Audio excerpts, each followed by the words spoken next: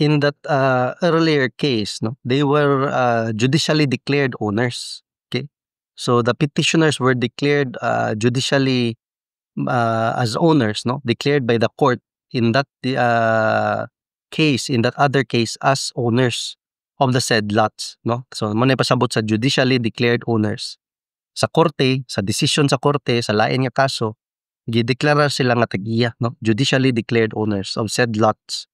Petitioners are entitled to possession thereof as against respondents whose entries into the said properties are illegal. So, the respondents in this case filed an appeal with the regional trial court. So later na decision sa regional trial court which affirmed with modification the omnibus judgment of the first level court. Okay? Regional trial court mo na gitawag na second level trial court. Ang municipal trial court or municipal trial court in cities or municipal circuit trial court, MTC, MTCC,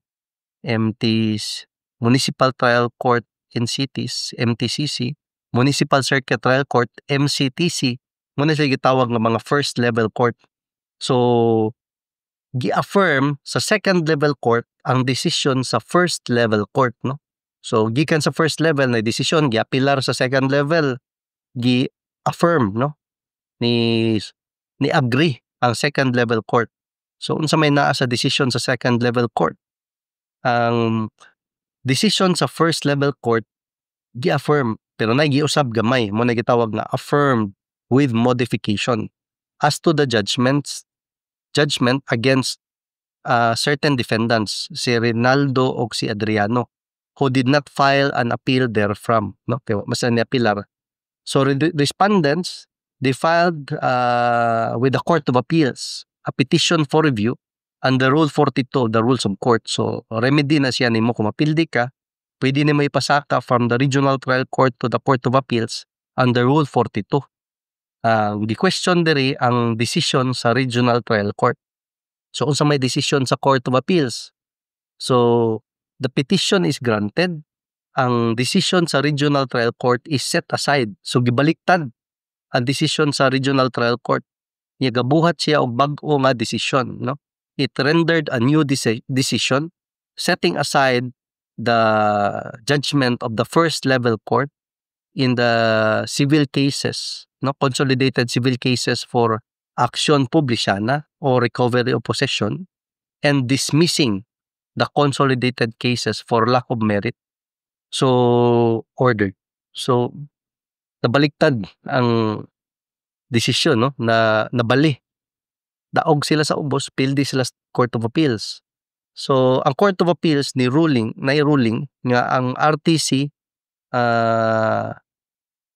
used by the RTC and Court of Appeals decisions used by the municipal trial court, no, in holding that herein petitioners are owners of the subject properties and are thus entitled to legal possession thereof, are based on a previous action re-indicatoria, which is a suit in personam.